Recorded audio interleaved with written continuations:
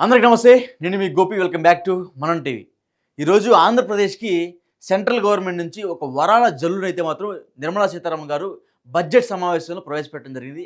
ఆంధ్రప్రదేశ్కి ఇది ఒక వరాల జల్లు అని చెప్పుకోవచ్చు. ఎందుకంటే గతంలో మనం చూసుకోవచ్చు, ఎప్పుడైతే టీడీపీ, జనసేన, బీజేపీ ఉమ్మడి కూటమిగా గెలిచిన సందర్భంలో అప్పుడు బీజేపీ నుంచి సుమారు 7,000 కోట్ల రూపాయలు ఆంధ్రప్రదేశ్కి అయితే రావడం జరిగింది.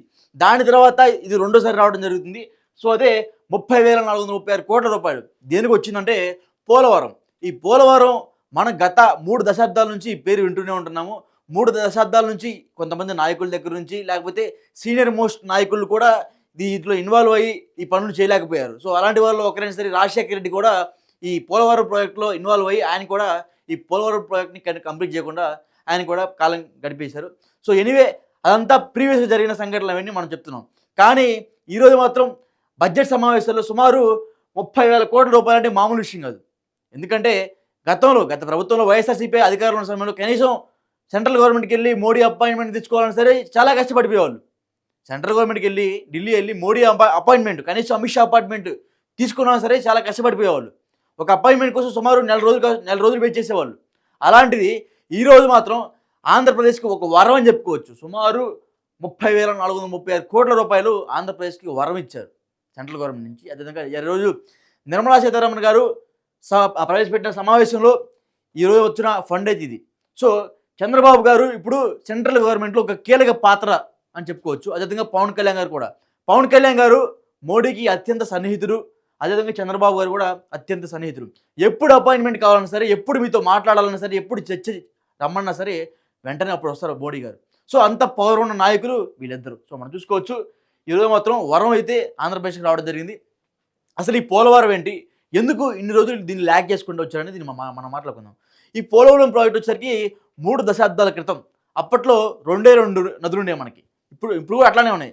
లైక్ ఎట్లా అంటే గోదావరి నది, కృష్ణా నది. ఈ 2 నదుల్లో వచ్చే ఏదైతే వాటర్ ఉందో, ఈ వాటర్ అనేది వేస్ట్గా పోకుండా, సముద్రంలో కలవకుండా వీటన్నిటిని స్టోర్ చేసేందుకు పెద్ద డ్యామ్ కావాలి.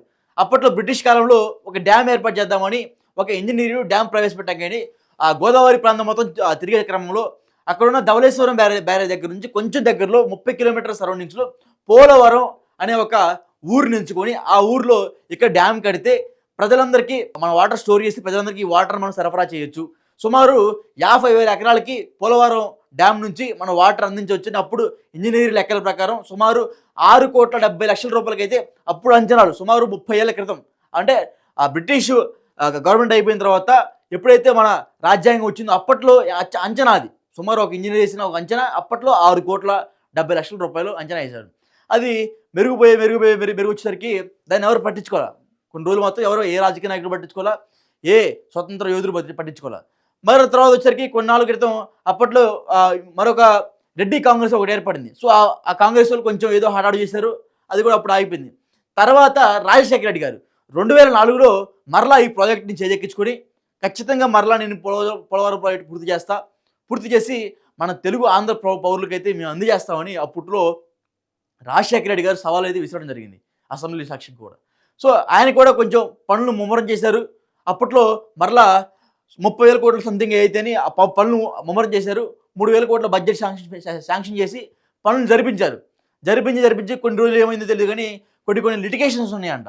సో ఆ లిటిగేషన్లో భాగంగా పక్కనే అదంతా అడవి కాబట్టి కొన్ని అప్రూవల్స్ రాలేదు. సో అప్రూవల్స్ రానందుకు మరలా ఆ ప్రాజెక్ట్ పెండింగ్ పడిపోయింది. తర్వాత ఏమైందేమో కానీ మరలా 2004 అయిపోయిన తర్వాత 2009లో మరలా ప్రాజెక్ట్ ఎత్తుకున్నారు. మరలా ప్రాజెక్ట్ మూవింగ్లో ఉంది. అనుకోకుండా రాజశేఖర రెడ్డి గారు కాలం చేశారు. తర్వాత అప్పటి నుంచి ఇప్పుడు దాకా కూడా ఈ ప్రాజెక్ట్ని ఎవరు పట్టించుకున్న నాదుడు లేదు. గత ప్రభుత్వంలో మనం చూసుకోవచ్చు, వైఎస్ఆర్సీపీ అధికారంలోకి వచ్చినప్పుడు నీటిపారుదల శాఖ మంత్రి ఎవరైతే ఉన్నారో అంబటి రాంబాబు గారు, అసలు ఆయనకి ఎక్కడ ఏ డ్యామ్ ఉంది, ఏ నదిలో ఎన్ని క్యూసెక్ నీళ్లు ఉన్నాయి, ఈ డ్యామ్లో ఇంత నీటిని మనం స్టోర్ చేయొచ్చు అనే విషయం కూడా పరిజ్ఞానం లేని ఒక వ్యక్తికి మంత్రి పదవి ఇచ్చారు గత ప్రభుత్వంలో. పోలవరం ఎప్పుడు పూర్తి చేస్తారా అడిగితే ఆలోచించుకుని చెప్తాం. ఇంకొక మంత్రి ఉన్నాడు, అనిల్ కుమార్ యాదవ్, నెల్లూరు సంబంధించిన అతను. సో ఆయన కూడా తొందర ఎందుకు, 1% అని శాసనమండలిలో వెటకారంగా మాట్లాడడం జరిగింది అప్పుడు ఆ రోజుల్లో. సో ఇదంతా గత ప్రభుత్వంలో జరిగింది. గత ప్రభుత్వంలో అధికారం ఉన్నప్పుడు యాక్చువల్గా ఇది 5 సంవత్సరాల్లో పూర్తయ్యే ప్రాజెక్టు. 5 సంవత్సరాల్లో పూర్తయ్యే ప్రాజెక్టు 50,000 కోట్ల రూపాయల బడ్జెట్లు ఇప్పుడు దీని. యాక్చువల్గా గత ప్రభుత్వంలో అయిపోయేది, కానీ దాన్ని కంప్లీట్ చేయకుండా ఎట్లా మెల్లగా నత్తనడికి నడిపించారు లాస్ట్ గత ప్రభుత్వంలో కూడా. వేస్ట్ మంత్రులు అని చెప్పుకోవచ్చు మనందరం. కింద కామెంట్ చేయండి మీరు, వాళ్ళు వేస్టా బెటర్ అని మీరు కింద కామెంట్ చేయండి. బెటర్ కాబట్టే కదా ప్రభుత్వం మార్చింది. వేస్ట్ అయిన ప్రభుత్వం మార్చారా? వేస్ట్ కాబట్టి ప్రభుత్వం మార్చారు ప్రజలందరూ కలిసి. సో అలాంటి మంత్రులు గత ప్రభుత్వంలో ఉన్నారు కాబట్టి ఎలాంటి ప్రాజెక్టులు పూర్తి కాలేదు. కనీసం మన రాష్ట్రం మొత్తం ఎన్ని డ్యాములు ఉన్నాయని అడిగితే ఏమో తెలీదు, ఇప్పుడు డ్యాములతో నీకేం పనయ్యా అని జర్నలిస్టు కూడా బెదిరించే వైఖరి మనం అప్పట్లో చూసాం. కానీ ఇప్పుడు మాత్రం కూటమి గవర్నమెంట్ అధికారంలోకి వచ్చిన తర్వాత ఆంధ్రప్రదేశ్కి వరాల జల్లులు కురిపిస్తూనే ఉన్నారు. సెంట్రల్ గవర్నమెంట్ నుంచి కావచ్చు, లేకపోతే పక్క రాష్ట్రాల నుంచి కూడా మన ఆంధ్రప్రదేశ్కి ఇప్పుడు మంచి మద్దతు ఉంది, ఇంక్లూడింగ్ తెలంగాణతో సహా ఆంధ్రప్రదేశ్కి మంచి మద్దతు ఉంది. సో పనులు మొత్తం చక్క పూర్తయిపోతున్నాయి. అమరావతి అభివృద్ధి కూడా హుస్సేన్ బోల్ట్ లాగా పరిగెత్తుతున్నాయి. అమరావతిని అడ్డుకునేందుకు గతంలో రోడ్లు చాలా బాగుండేవి. ఆ రోడ్లు మొత్తం పగలగొట్టి వైఎస్ఆర్సీపీ అధికారంలో రాగానే ప్రజావేదికను కూల్చేసి అదంతా ఒక గందరగోళం సృష్టించి ఒక బూత్ బంగ్లాలాగా చేసేసి బంగ్లా అన్నిటి కూడా రోడ్డుని మొత్తం పగలగొట్టించి కావాలని క్రేన్లతో రోడ్డుని పగలగొట్టేసరికి ఏదైతే కంకర ఉందో ఆ కంకర సెకండ్ హ్యాండ్లో అమ్మేసుకొని అమరావతి మొత్తాన్ని భ్రష్టు పట్టించారు గత ప్రభుత్వంలో. కానీ ఇప్పుడు మాత్రం మరలా అదే అమరావతి హుస్సేన్ బోల్ట్ లాగా పరుగులు పెడుతుంది. పక్కనే మచిలీపట్నం దగ్గర 7,000 కోట్ల రూపాయలతో ఆయిల్ ఫ్యాక్టరీ కూడా వచ్చేసింది. ఇప్పుడు 30,000 కోట్ల రూపాయల పై జరుగుతూ పోలవరం కూడా కంప్లీట్ కాబోతుంది. ఇంకా 20,000 కోట్ల రూపాయలు కూడా రాష్ట్ర ప్రభుత్వం నుంచి శాంక్షన్ అయ్యే అవకాశాలు మనకు కనిపిస్తున్నాయి. కూటమి ప్రభుత్వం అడుగుల మీద అడుగులు చకచక పరిగెత్తుతూనే ఉన్నాయి. సో మన గత ప్రభుత్వంతో ఇప్పుడు కంపేర్ చేసుకుంటే ఎవరు బెటర్ మీరు ముందు కింద కామెంట్ చేయండి. గత ప్రభుత్వంతో మనం పోల్చుకుంటే ఎవరు బెటర్ కింద కామెంట్ చేయండి. అదేవిధంగా మనం చూసుకోవచ్చు, ఇంత బడ్జెట్ ఈరోజు రిలీజ్ అయింది. రిలీజ్ అవ్వగానే కొంతమంది మంత్రులు అప్పుడే నోరు పారేసుకుంటున్నారు. అది ఇప్పుడు మంత్రులు కాదు, గతంలో ప్రభుత్వం ఉంది కదా, మాజీ మంత్రులు అప్పుడే వచ్చేసారు మీడియా ముందుకు వచ్చేసి ఏమంటున్నారు, ఢిల్లీలో మీరు అమ్ముడు పోయారు అంటున్నారు. అమ్ముడు పోయారు అని చాలామంది నాయకులు అంటున్నారు. అప్పుడే అమ్ముడు పోయారు కాబట్టి 30,000 కాదు 50,000 అని ఇస్తారు అని చెప్తున్నారు. 30,000 కోట్లు కాదు 50,000 కోట్లు అని ఇస్తారని చెప్తున్నారు. మరి ప్రజల కోసం అమ్ముడుపోతే ఏమైంది, లేకపోతే వాళ్ళని దత్తత తీసుకుంటే ఏమైంది? ప్రజల కోసమే ఏం చేసింది సార్ ఒక రాజకీయ నాయకుడు? ప్రజల కోసమే కదా.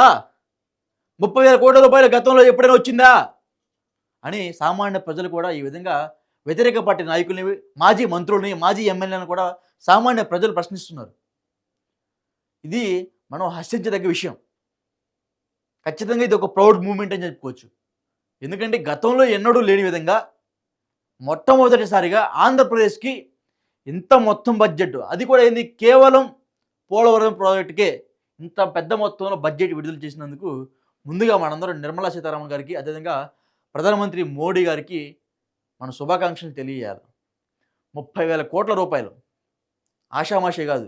ఇంకొక 20,000 కోట్ల రూపాయలు రాష్ట్ర ప్రభుత్వం నుంచి వేసుకుంటే పోలవరం ప్రాజెక్ట్ కంప్లీట్ అయిపోతుంది. 50,000 గ్రామాలకి 1,00,000 పైన ఎకరాలకి వాటర్ అందించగలుగుతాం ఈ ప్రాజెక్ట్ పూర్తయితే. సో డెఫినెట్గా ఈసారి మాత్రం కూటమి ప్రభుత్వం ఖచ్చితంగా ఈ పోలవరం ప్రాజెక్ట్ని కంప్లీట్ చేసేసి తిరుగుతామని పగ్గం పట్టుకొని కూర్చుంది. ఖచ్చితంగా ఇది కంప్లీట్ చేస్తే కానీ నెక్స్ట్ ఎలక్షన్స్కి మేము వెళ్ళము అన్నట్టుగైతే శపథం చేసి కూర్చున్నారు. సో మరి ఏం జరుగుతుందో చూడాలి. సో ఖచ్చితంగా పోలవరం ప్రాజెక్ట్ ఖచ్చితంగా కంప్లీట్ అవుతుందని అందరూ భావిస్తున్నారు. సో మరి మీ ఒపీనియన్ అంటే కింద కామెంట్ చేయండి.